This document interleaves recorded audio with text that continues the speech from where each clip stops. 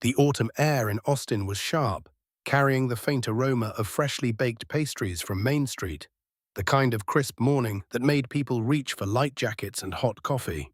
In the heart of a chic cafe, a man in his late 40s adjusted the cuff of his tailored suit, checking the time on a vintage Omega strapped to his wrist. Jonathan Pierce wasn't a native of this polished Texas suburb. His roots ran deep in the tougher neighborhoods of Houston, and he had clawed his way through law school and decades of federal service. Now, as the assistant special agent in charge of the FBI's Civil Rights Division, he was accustomed to high-stakes tension, but today he was simply after caffeine. The cafe was a blend of rustic elegance and modern minimalism, with reclaimed wood, Edison bulbs, and a low hum of acoustic music. Patrons murmured softly, many absorbed in laptops or private conversations. Jonathan stepped in, the bell above the door announcing him like a trumpet. Heads turned. His tall frame, broad shoulders, and expensive suit contrasted sharply with the casual attire around him. A few patrons stifled whispers. He approached the counter, ordering a dark roast and a blueberry scone, exchanging polite smiles with the young barista, Lauren. The transaction was smooth, but the tension in the air was palpable to Jonathan, though he ignored it. He scanned the room, selected a window-side table, and began reviewing emails for his upcoming strategy meeting with District Attorney Rebecca Sinclair, scheduled to discuss a joint initiative against organized crime. Outside, a black-and-white patrol car rolled past. Officer Nathan Caldwell, a 10-year veteran of the Austin Police Department, had spent his career relying on intimidation more than skill. Muscular, graying at the temples with a constant buzz cut, he saw the world through a lens of entitlement. He spotted Jonathan immediately. To Caldwell, Jonathan didn't look like a federal agent on a mission. He looked like someone to confront.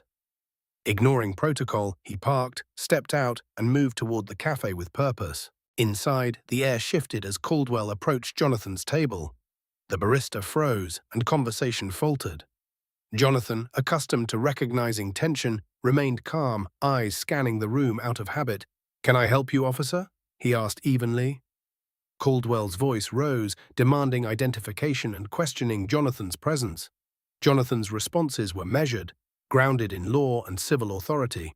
"Unless you can articulate a reasonable suspicion of criminal activity, I will continue my meeting," he said, voice steady, every word deliberate. Caldwell's pride flared, ignoring the calm warning. He grabbed Jonathan's arm, initiating an escalation that would soon spiral beyond anyone's expectations. Jonathan's tone remained controlled, a blend of warning and calm assertion. "Officer, in my jacket is my badge wallet," he said. "Before you proceed further, I suggest you check it." The moment Caldwell discovered the gold emblem and bold lettering of the Federal Bureau of Investigation on Jonathan's credentials, a visible tension gripped the room. The authority Jonathan carried was undeniable, yet Caldwell's ego fought against the truth. Every patron watched, phones raised, capturing the confrontation. The simple act of buying coffee had become a public spectacle, teetering between intimidation and a catastrophic error. Jonathan was calm, physically compliant, yet legally unyielding. "Turn around, hands behind your back," he instructed. Caldwell, fueled by adrenaline and hubris, continued mishandling the situation. Jonathan's experience, his lifetime of confronting true danger, informed every calculated movement.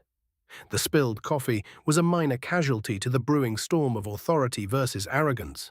The twist of tension came as the district attorney herself, Rebecca Sinclair, arrived in a sleek sedan, witnessing the escalating incident firsthand. Her intervention signaled that the situation was no longer a mere cafe misunderstanding. It had already become a confrontation with national implications, setting the stage for a battle of accountability, justice, and the consequences of unchecked power. Rebecca Sinclair's car door slammed shut, her polished shoes clicking against the pavement as she stormed toward the patrol car. Her eyes blazed with disbelief and fury as she took in the scene. A red-faced officer holding Jonathan Pierce against the hood of his cruiser, handcuffs secured too tightly. "Officer Caldwell, step back this instant," she shouted, her voice cutting through the morning air. Nathan Caldwell froze, the weight of the district attorney's presence colliding with his inflated sense of authority. Jonathan remained pressed against the cold metal, his expression unreadable. He let the seconds stretch, letting Caldwell feel the full measure of his misjudgment. The barista, Lauren, had ducked behind the counter while other patrons pressed their phones to the glass, streaming live to social media. The quiet suburb was about to have its image shattered by a viral moment. Caldwell stammered, trying to assert control. "This is an active investigation," he started, but Rebecca cut him off. "This is not an investigation, Nathan. You are assaulting a federal officer. Now step back before this escalates further." Her gaze flicked to Jonathan, who finally spoke, calm but firm. "Officer Caldwell, you've already made the arrest. You've already touched my weapon. Every move you make from this moment is recorded and will be used as evidence." The tension was electric. Caldwell's ego struggled against the reality. He had envisioned heroics, but instead found himself cornered by law, authority, and an audience. Jonathan's voice held a quiet authority, honed over decades confronting cartels and violent criminals. It was a calm so complete it made Caldwell's anger feel small and futile. Rebecca stepped forward, placing a hand on Caldwell's shoulder. "Uncuff him, now!" Caldwell's hand wavered over the keyring. His mind raced, trying to fabricate a reason to continue, but the absurdity of his position had never been clearer. Jonathan, seizing the moment, instructed, "Do not unlock them, Rebecca. Leave the cuffs as evidence. Everything that has happened here must be on the record." The surreal scene continued as Jonathan's FBI team began arriving, black SUVs with tinted windows and government plates pulling up strategically. Agents in tactical attire exited quickly, but without drawing weapons, forming a protective perimeter. The sight of professionals who moved with quiet precision overwhelmed Caldwell. The confrontation was no longer just a public spectacle. It was a demonstration of institutional authority confronting unchecked local power. Caldwell, sweating and flustered, finally stepped back as the district attorney, along with her briefcase and commanding presence, positioned herself between him and Jonathan. Cameras captured every movement, the officer's hesitation, the tense standoff, and the arrival of federal support. Even the casual bystanders could sense the shift in power dynamics, a local bully now outclassed by decades of experience and legal weight. Jonathan's mind remained methodical, analyzing risks while projecting calm. Every motion, every word was part of a strategic equation. His voice broke the silence again. "Officer Caldwell, you are under the impression that this is a negotiation. It is not. Every decision you've made is now evidence. The timeline is fixed. Your actions have consequences beyond this street, beyond this cafe." Rebecca nodded in agreement, a silent signal to Jonathan that the law was aligned behind him. The twist of the morning came in the form of Jonathan's phone. A single email notification popped up. High-definition video from the cafe's security system, automatically forwarded to him.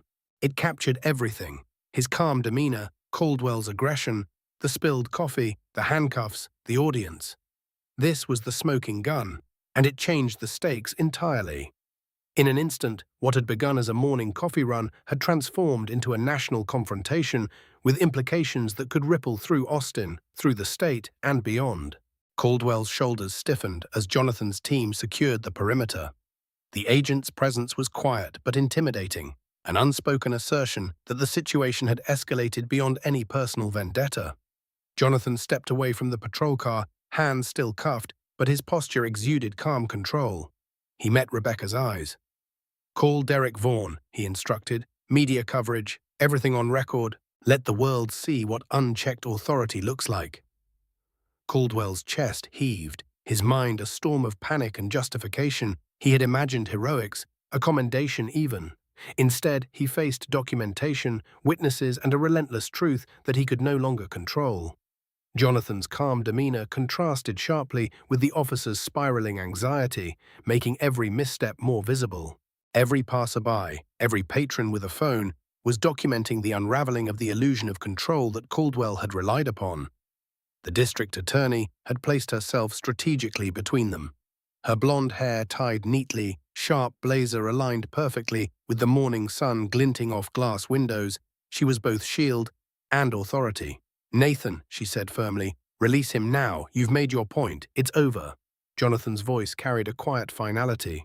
"Leave the cuffs. This is the record of the incident. Everything you've done is documented. Every word, every action. Do not remove any evidence." The clarity and precision in his tone were disarming, and Caldwell's ego quivered under the weight of undeniable authority. From across the street, Jonathan's SUV pulled up, sleek and black, agents exiting with professional, precise movements.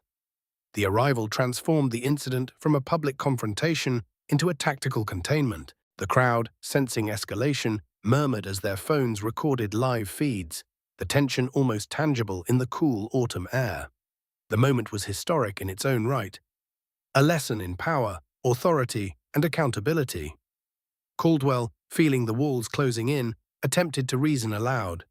"You think I'll be punished? I'm protected by qualified immunity. I did my job." Jonathan's gaze met his, steady and unyielding. "Qualified immunity does not protect you from felonies, Nathan. And what you've done crosses the line from error into criminal misconduct." The twist came as a quiet click echoed from Jonathan's wristwatch. What looked like a vintage Omega was anything but ordinary.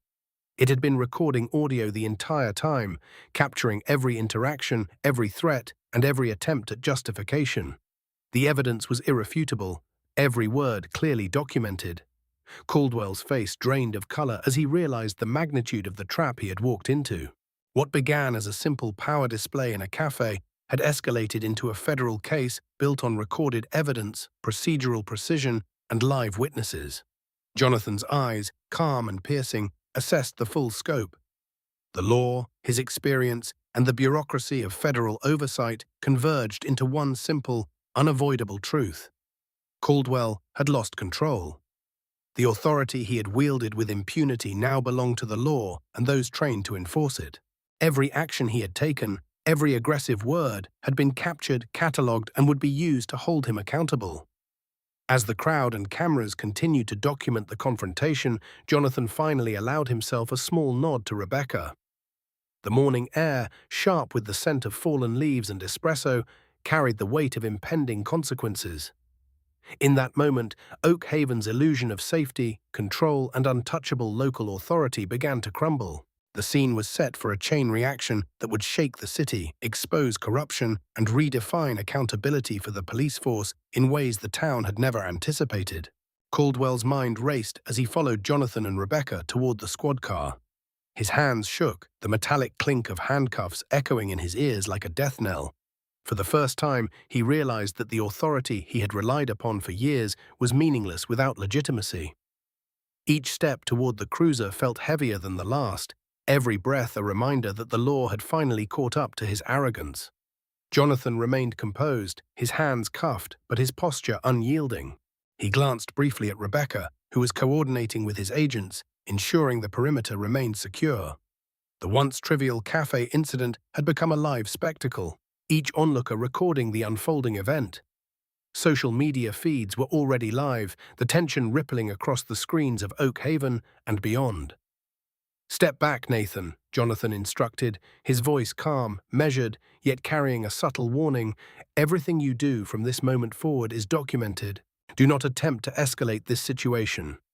Caldwell swallowed hard, eyes darting between Jonathan and the approaching SUVs carrying armed FBI agents. Panic coursed through him. He had imagined a routine morning confrontation, a small display of power.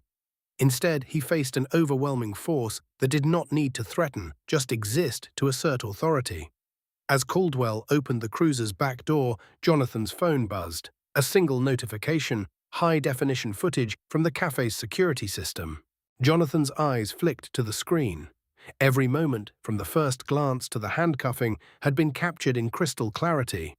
He forwarded the recording to Derek Vaughan, his civil rights attorney, with a simple subject line: "Evidence, smoking gun." Caldwell tried to rationalize. "You don't understand. I can fix this. We can spin it." Jonathan's gaze didn't waver. "There is no spinning the truth, Nathan. Every lie, every aggressive move, every attempt to justify assault has been recorded.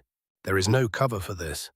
The officer's bravado began to crumble, replaced by a cold, sinking awareness of the impending consequences. The twist came as Rebecca stepped in front of the patrol car, blocking Caldwell's escape from scrutiny. Her presence was both shield and authority, signaling that the local power dynamic had irrevocably shifted. "Nathan," she said, her voice firm but controlled, Release him now, or the consequences will be far beyond your understanding.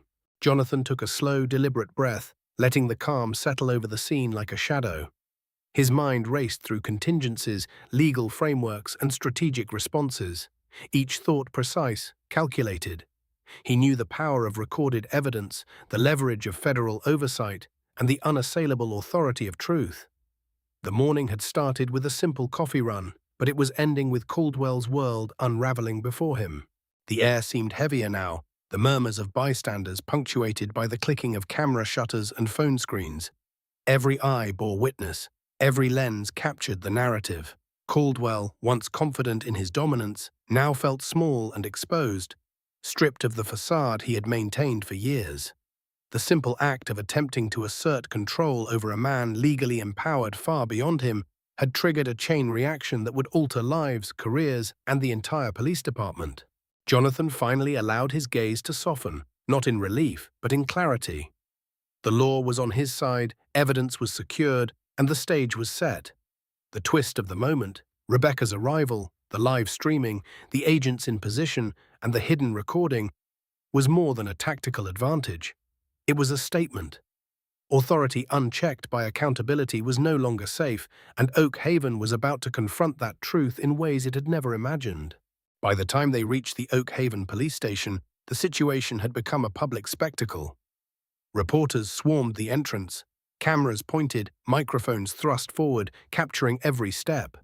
Jonathan Pierce walked with an air of controlled authority, his wrists still cuffed, but his demeanor unshakable. The crowd outside, unaware of the full story, sensed the tension, the clash between local power and federal oversight. Inside, the station's fluorescent lights cast harsh shadows on linoleum floors. Sergeant Frank Dawson, an older officer behind the front desk, froze as he saw the high-profile visitor in handcuffs. What's going on here?" he muttered, half eating a stale donut. Jonathan didn't answer. His eyes scanned the room, taking in every camera, every observer, every officer who might act recklessly. The calm he projected was strategic.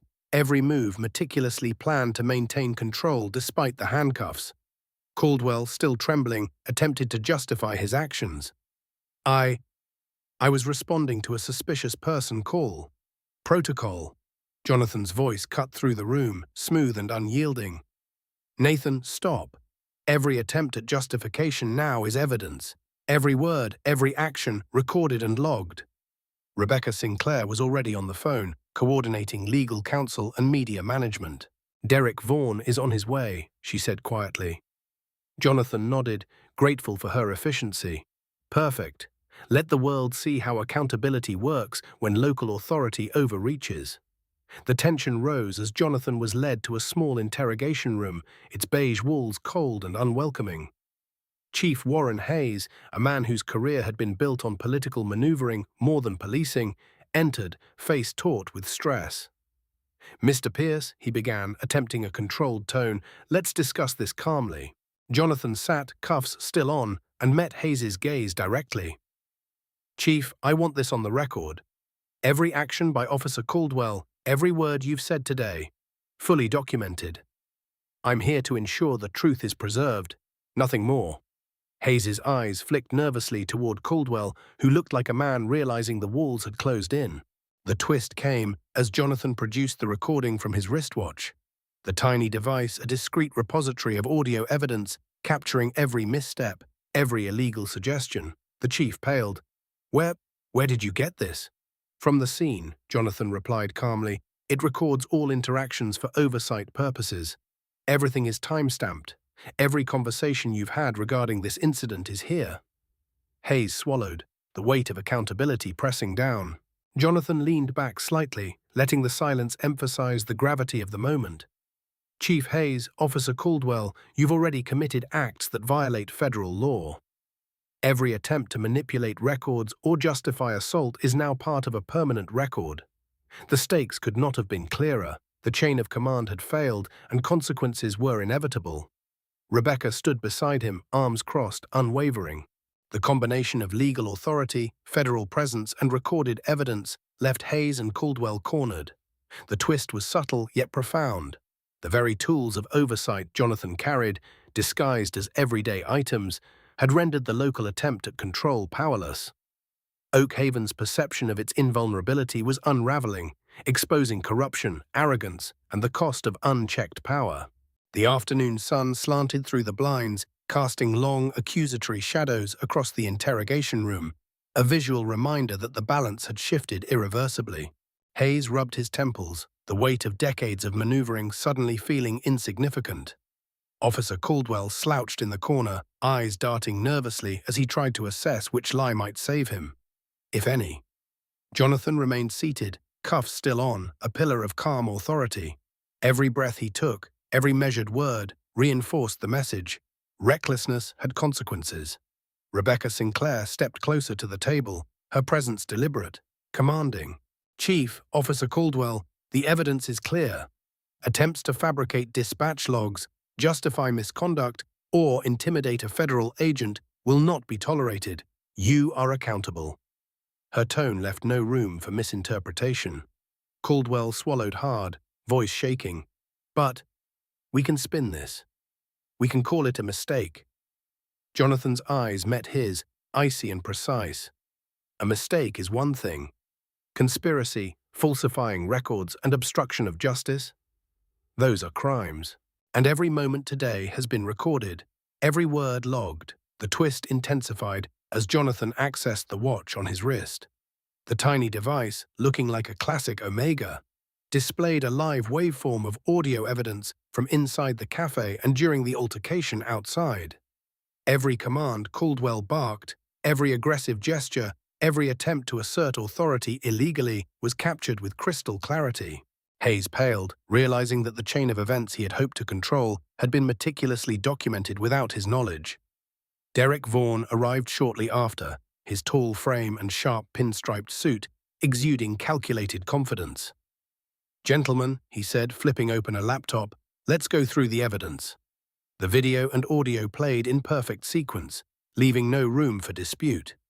Caldwell's face drained of color and Hayes's jaw tightened. Jonathan leaned forward slightly, each word deliberate. "The timeline is fixed. Every action you took will be a matter of federal record. There is no room for manipulation." The pressure mounted as Vaughan methodically outlined the violations, emphasizing the pattern of misconduct. Excessive force complaints ignored or exonerated without proper investigation, fabrications to justify illegal searches, and the attempt to manipulate the chain of custody for evidence. Every documented incident compounded the morning's chaos. Caldwell's ego, once invincible, now crumbled under scrutiny. Hayes's political calculations dissolved in real time, replaced by the cold inevitability of accountability. Jonathan's calm control contrasted sharply with the panic in the room. The agents outside the interrogation room, still in suits but visibly armed, projected silent authority, signaling that this was not just a procedural issue. Every observer, from Vaughan to Sinclair to the FBI team, understood the gravity. Local attempts to subvert federal law had been neutralized. The twist wasn't just the arrest. It was the meticulous, unassailable evidence showing the premeditated nature of the misconduct. By late afternoon, the realization had fully set in. Hayes and Caldwell had misjudged Jonathan's presence, underestimated the scrutiny of federal oversight, and failed to anticipate the technological tools that now exposed their every action. The shift was complete. The predator had become the prey. Oak Haven's illusion of control had been shattered, leaving its leaders vulnerable to consequences that extended far beyond embarrassment. Legal, financial, and reputational repercussions loomed. The room's fluorescent lights flickered slightly, casting sharp shadows on the beige walls, reflecting the moral and legal reckoning now unfolding. By late afternoon, the pressure in the Oak Haven Police Department's interrogation room was suffocating. Chief Hayes leaned back in his chair, beads of sweat dotting his brow, while Officer Caldwell sat frozen, hands trembling slightly, eyes fixed on the floor. Jonathan Pierce, still cuffed, exuded a calm authority that made the room feel taut with tension. His gaze didn't waver, every movement was deliberate, every word measured, as if the weight of decades of federal experience had condensed into that single presence. Derek Vaughan stood beside Jonathan, carefully organizing the evidence. "Officer Caldwell, Chief Hayes, Do you understand the full consequences of your actions? Vaughan asked, his voice carrying both legal weight and moral gravity. Caldwell's lips trembled as he muttered something incoherent. Hayes swallowed, eyes narrowing. The truth was undeniable. The video and audio recordings from Jonathan's wristwatch provided irrefutable proof of misconduct. Every order, every attempt at justification, every falsification of records had been meticulously captured. Jonathan leaned slightly forward, his voice steady. You had every opportunity to de-escalate, to follow proper procedure, and to uphold the law. Instead, you chose to act on arrogance and unchecked authority. Now, every step you took is documented, and the consequences are yours alone. The impact of his words hung in the air, heavy and inescapable. The twist came as Vaughan plugged a USB drive into the laptop. The audio recorded from the wristwatch played, and both Caldwell and Hayes winced as their own voices filled the room. We just need probable cause, Hayes had said. It looks real now, Caldwell had replied. The exchange, once private, now laid bare the premeditated nature of their misconduct. Every lie, every attempt to manipulate the official record was exposed. Jonathan's calm demeanor contrasted sharply with their growing panic. Rebecca Sinclair, standing at the edge of the room, crossed her arms. Her presence reinforced the authority Jonathan wielded. This department's use of force patterns are under federal review effective immediately, she announced. The finality in her tone left no room for negotiation. Caldwell's attempts at rationalization fell flatter. Hayes's political calculations could no longer shield him. The evidence had rendered both vulnerable, accountable, and unmistakably guilty. Jonathan uncuffed himself as Vaughan confirmed the chain of custody of the evidence. The agents outside the room remained alert, a silent reminder that federal oversight was absolute in this scenario. Oak Haven's illusion of control was gone. Caldwell and Hayes had misjudged the power of the law, underestimated the technology capturing their every move, and overestimated their own influence. The consequences of arrogance in positions of authority had become brutally clear. The room's fluorescent lights highlighted the stark contrast between calm competence and panic. Jonathan's voice broke the silence one final time. The timeline is fixed. Every action you took, every word you said, will be used to hold you accountable. Justice is not a negotiation. It is work, and the work is done. Outside, the autumn sun dipped low, casting long shadows across the city. Oak Haven's veneer of invincibility had cracked, and the first domino of accountability had fallen, setting the stage for a reckoning that would ripple across the city, state, and federal authorities. The courtroom in Austin was packed, every seat filled with journalists, civil rights activists, and residents who had been riveted by the viral video. Caldwell and Hayes sat side by side, both in orange jumpsuits, a stark visual contrast to the suits they had once worn with authority. Their transformation, from powerful figures to defendants, was almost theatrical. Jonathan Pierce observed quietly from the front row, flanked by FBI agents, his posture calm and precise, every motion deliberate. Judge Martin Callahan, known for his strict adherence to both law and moral accountability, adjusted his glasses and peered down at the defendants.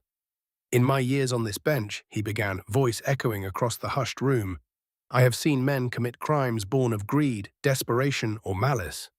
What you two have done is worse. You attempted to manipulate the law, abuse authority, and deny a citizen his rights, all to protect ego and influence. The law does not bend for pride, and justice cannot be compromised.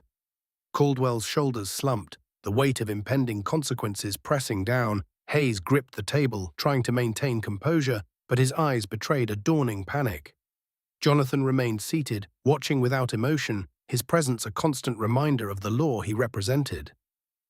Derek Vaughan, his attorney, leaned in quietly, reviewing notes and ensuring every detail was ready for the record.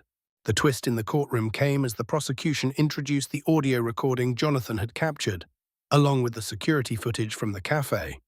The judge, jury, and observers watched in stunned silence as the sequence unfolded. Caldwell's aggressive commands, Hayes's complicity, and the premeditated manipulation of dispatch logs. The room collectively gasped as the extent of the misconduct became undeniable. Judge Callahan's gavel hit the bench sharply. For the deprivation of civil rights under color of law and for obstruction of justice, you will serve the sentences imposed today. There will be no leniency based on previous position or rank. The law is blind to status when justice is at stake. The words hung heavy in the air, a reminder that no one was above accountability. The courtroom buzzed as marshals escorted Caldwell and Hayes from the room. The defendants' once commanding presence reduced to silent, defeated figures, the reality of their actions settling like a physical weight. Jonathan watched them go, his expression neutral, yet inside, a sense of completion stirred. This was not vengeance. It was the execution of justice, deliberate and unyielding. Outside the courthouse, the citizens of Austin gathered, many holding phones and signs, discussing the case and the implications for local law enforcement. Social media feeds were flooded with commentary, highlighting the viral transformation of a simple cafe encounter into a national symbol of accountability. Jonathan remained composed, turning to Rebecca Sinclair. "The work is far from over," he said, "but this is the message they needed to see. Unchecked authority has consequences." As the sun set over the city, casting long shadows across the courthouse steps, the twist was complete. Oak Haven, once insulated by wealth and influence, faced the reality that corruption carried both legal and social costs. Jonathan's presence, foresight, and calm execution had ensured that justice was not only served but witnessed, a lesson for the city and a testament to the power of evidence, preparation, and moral resolve. Weeks later, Oak Haven's City Council convened an emergency session. The chamber was packed with residents, many angry, some incredulous, as news of the $5.6 million settlement spread. The insurance company had refused to cover the payment due to a willful misconduct clause, leaving the city to shoulder the cost directly. Mayor Lindsay Carter stood at the podium, sweating under the pressure of flashbulbs and pointed questions. "We will be forced to delay the new high school stadium renovation," she announced, voice tight. "Library hours will be cut, and property taxes will rise for the next 3 years." The crowd erupted in outrage. Wealthy Oak Haven residents, accustomed to unquestioned support of their police department, suddenly felt the financial consequences of systemic corruption. The lesson was painfully tangible. Silence in the face of misconduct carries a cost, both moral and monetary. Jonathan Pierce watched the coverage from his office in Houston, his eyes narrowing slightly. He had anticipated this outcome, but seeing the human element, the frustration, disbelief, and realization reinforced why the law mattered so deeply. Rebecca Sinclair, now in private practice after resigning as district attorney, joined him. "They're paying the price," she said quietly. "You got what you wanted." Jonathan shook his head. "Not yet. This isn't about the money. It's about legacy. The settlement funds will be used to ensure that civil rights abuses are systematically challenged, not to line anyone's pockets." Jonathan opened a folder containing documents for the new non-profit he planned to establish, a legal defense fund for victims of wrongful police stops, searches, and detentions. "The Caldwell and Hayes Center for Civil Rights," he explained, a slight smile breaking his otherwise stoic expression.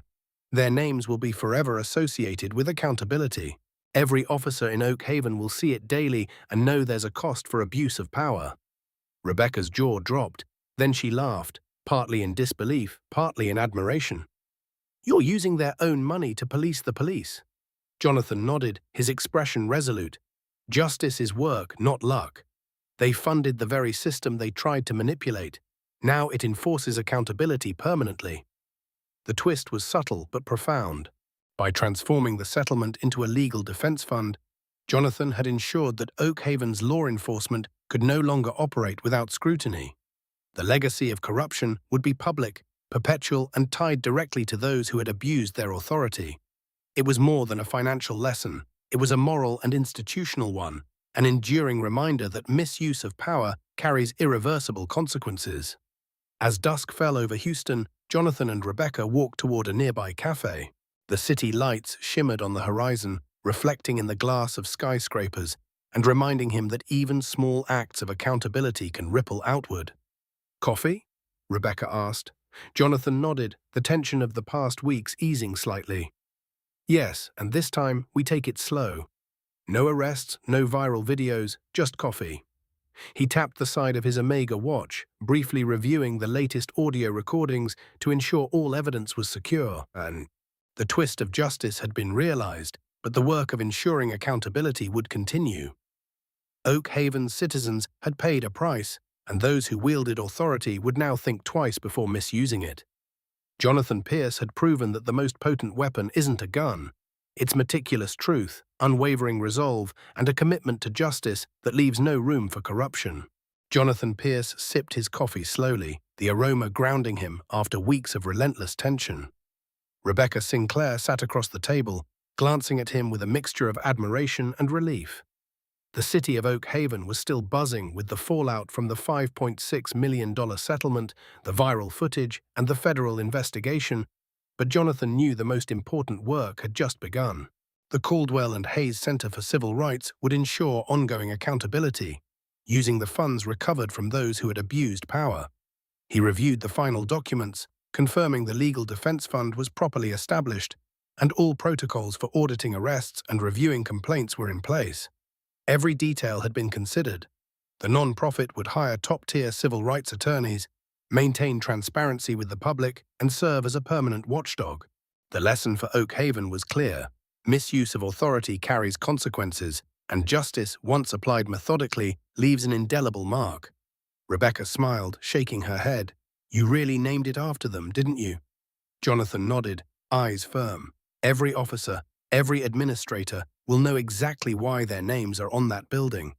Legacy matters, and this is the one they deserve, visible, permanent, and a reminder that authority is never above the law."